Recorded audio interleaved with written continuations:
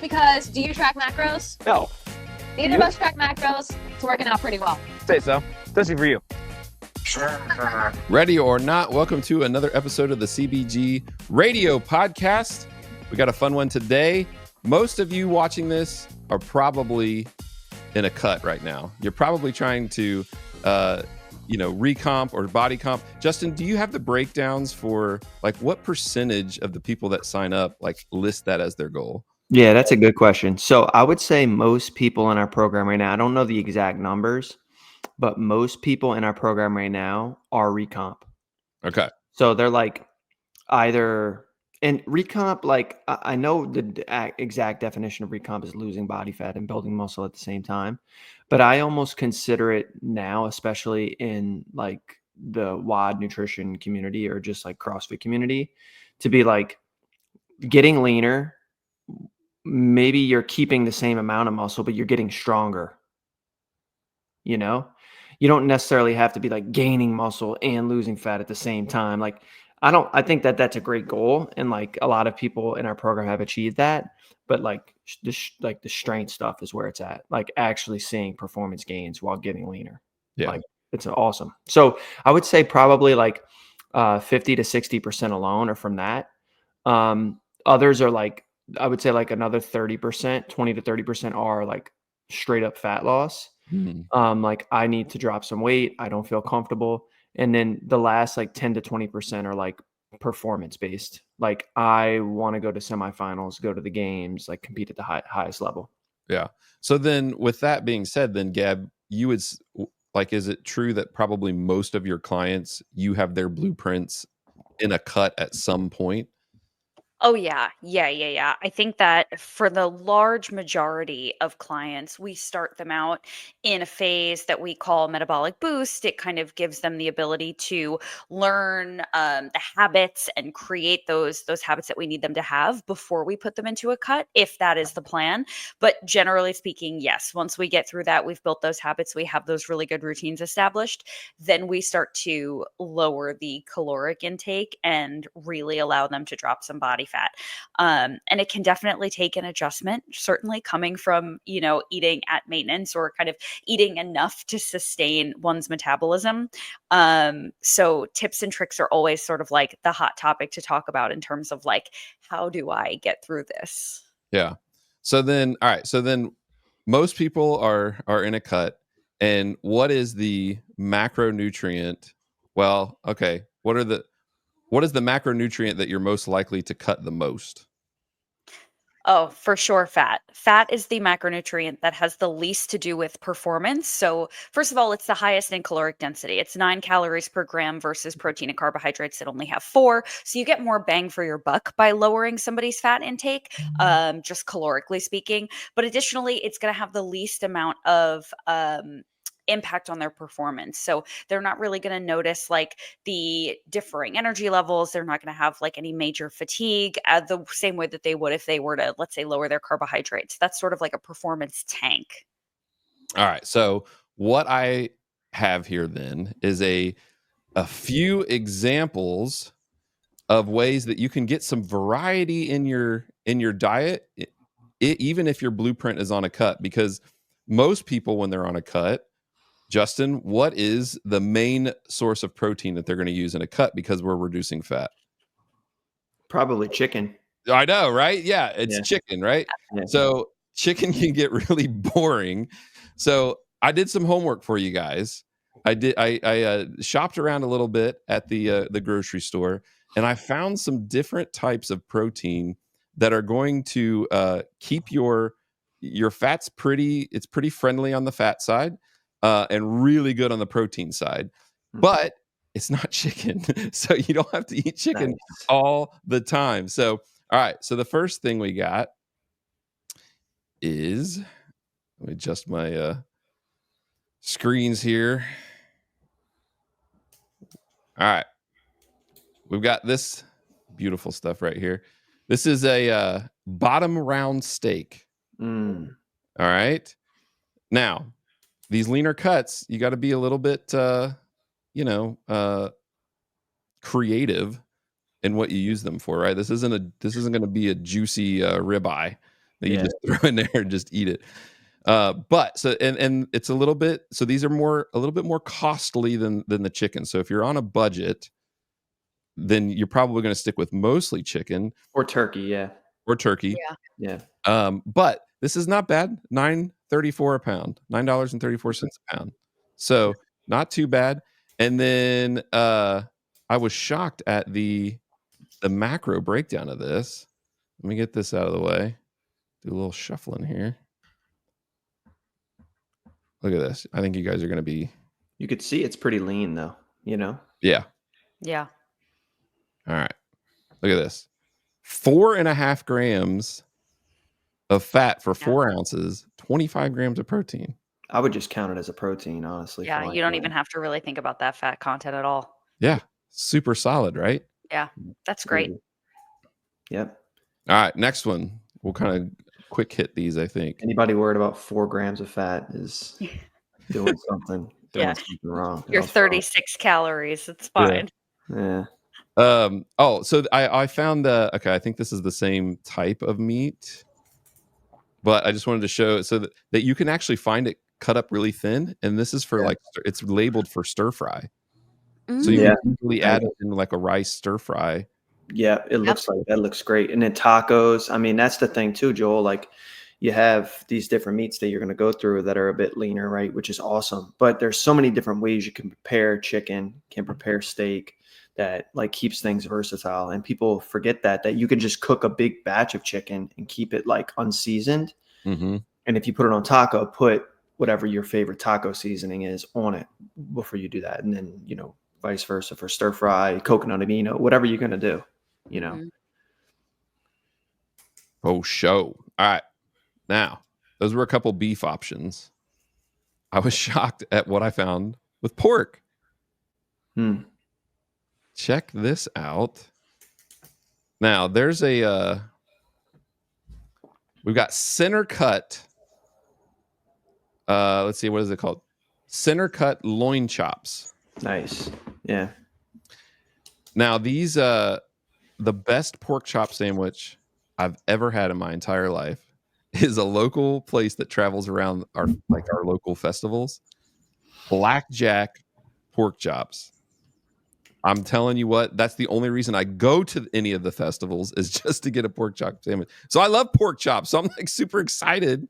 Yeah. That these are actually decent. So check out these macros. And you could cut some of the fat off of this. And the steak, it's a bit harder because it's kind of like embedded It's like inside. marbled in. Yeah, but that's easy, you know. So even the little bit of fat they're saying, like you could even get rid of it. You know, how much on the macros for that? All right, let me bring up the window. 8 grams, 24 grams of protein. I guarantee you can get that lower than 8 if you just cut off if you want, you know. It's usually the fat on pork chops anyway, like that. They're not that tasty. It's kind of just like, I don't want to eat it really, you know. So just cut it off and then it'll be even less. Yeah. Well, and some of it's going to cook out of it too. Sure. Yeah. All right, so this now these are actually, even the pork options are cost wise are kind of on par with chicken and turkey too. Yeah. So this was only this came in at $4.58 per pound. Yeah.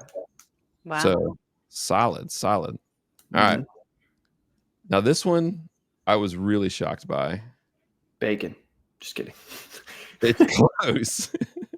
It's close. I did look at center cut bacon. Center cut bacon is like it's a little bit more expensive than the other bacon, but it only has like the difference is really negligible. It's like, you know, most bacon's like maybe 6 or 7 grams of fat and 5 grams of protein, but center cut bacon was like 5 grams of fat, 5 grams of protein, or 6 grams of protein. Like, so it was like a slight difference, but like it was still kind of like you got to probably count it as a fat, maybe. Oh yeah, you would for sure. Yeah. Usually when it gets to 1-to-1, you got to count it. Bacon, turkey bacon, stuff like that. Yeah. So it's like maybe if you want to take out a whole egg and switch in a bacon, like that's cool. Yeah. Oh, wait, I didn't bring up the picture of this yet. Yeah. The egg bacon swap is pretty easy. Yeah. Wow. All right. Last one. found this ham.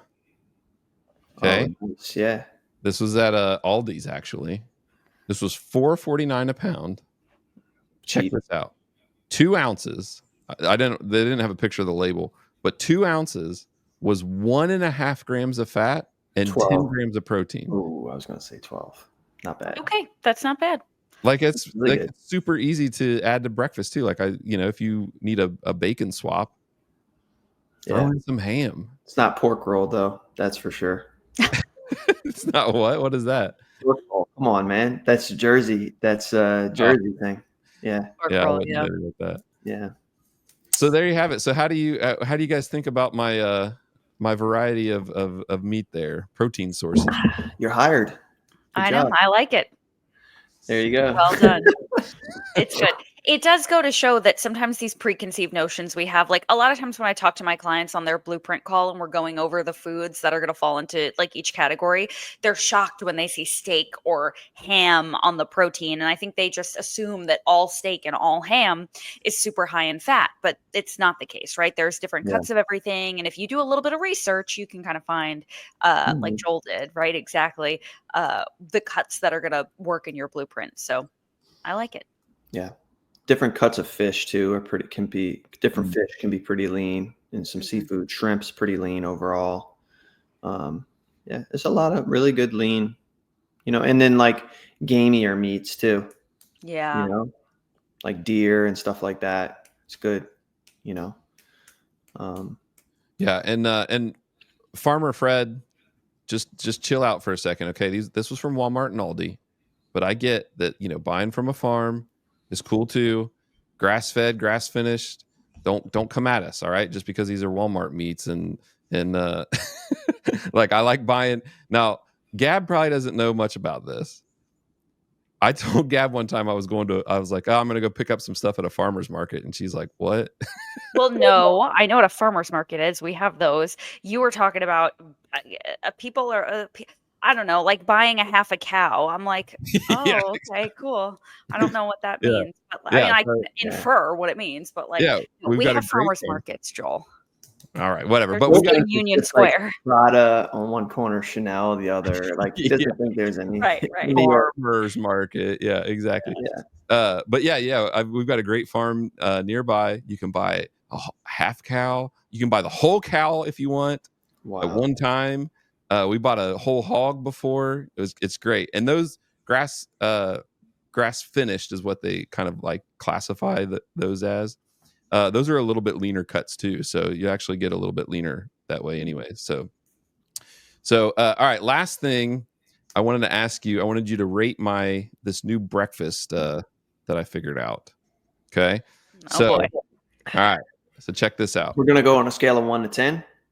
Yeah, sure. That's fine. Okay. Scale of 1 to 10, rating Joel's new breakfast. All right. Okay. So we've got a half a cup of low-fat cottage cheese.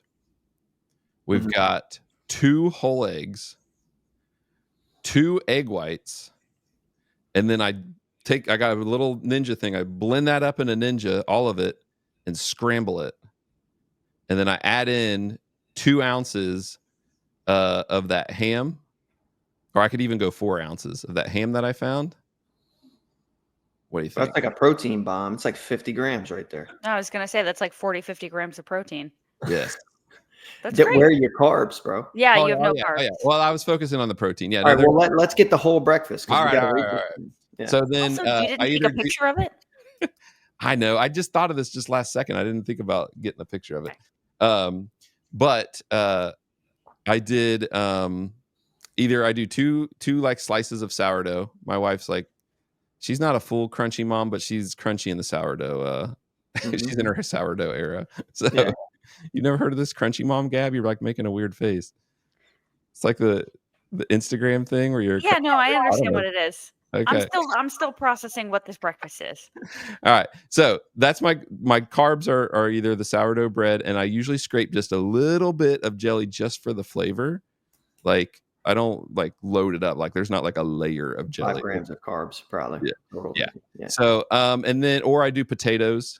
We figured out like mixing in potatoes and kind of like doing like a sunrise bowl scramble with the potatoes. That's really good too. So those are my, and then probably like berries and or a banana or something like that. And then the fats, just like your egg yolk. Yep. And, okay. Yeah, I count the Using fat. oil for anything? Probably a little bit for the scramble, but not a ton. Like Not just on the kinda like, potatoes? no, not really. Just kind of like coat the pan, so it doesn't stick. So it's an omelet with cottage cheese and ham, Mm-hmm. with 2 pieces of sourdough with some jelly Mm-hmm. on top, with a side of fruit. Yep. 8.2. It's good. All right. Yeah, I was gonna say 8. All right. I'll take it. 8.2. I like it. How do I get to a 10? What's the adjustment?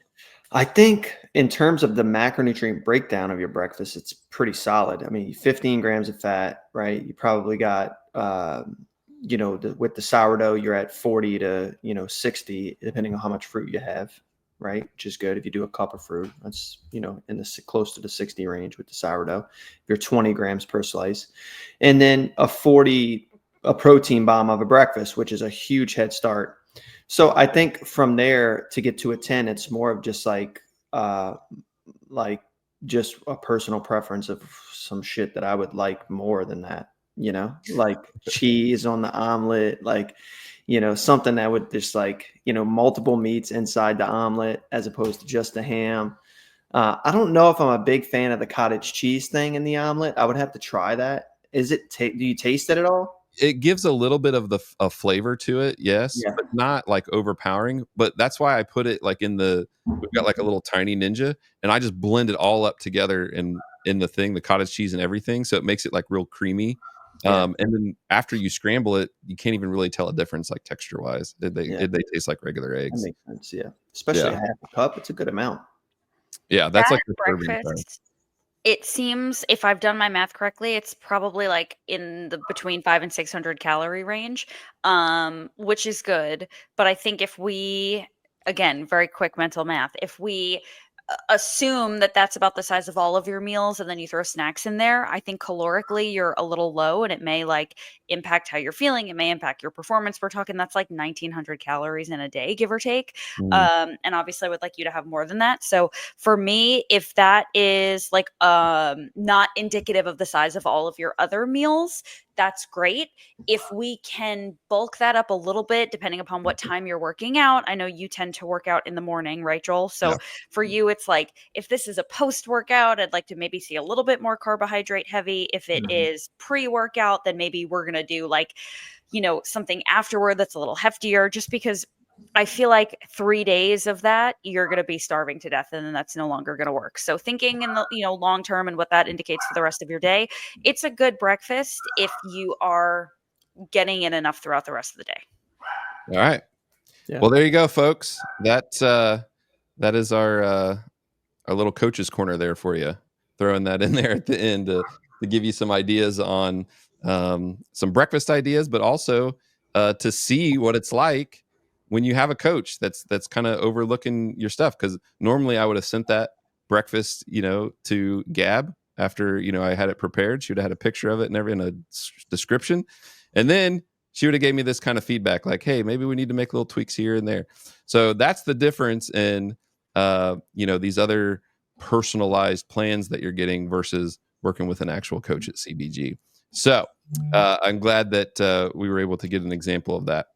So that's all we got for you this time. There is a link in the description if you want to learn more about how CBG can help you. Then you're going to click that link, and the first 5 people that book a call through that link, you're going to get a special promotion. Justin said it. So it is finalized. It is in there. It's going to happen. So first 5 people, don't wait around. Click that book a call, and you will get that special promotion. So that is all for today. So for Justin, for Gab, I'm Joel. Quit tracking those macros. We'll see you.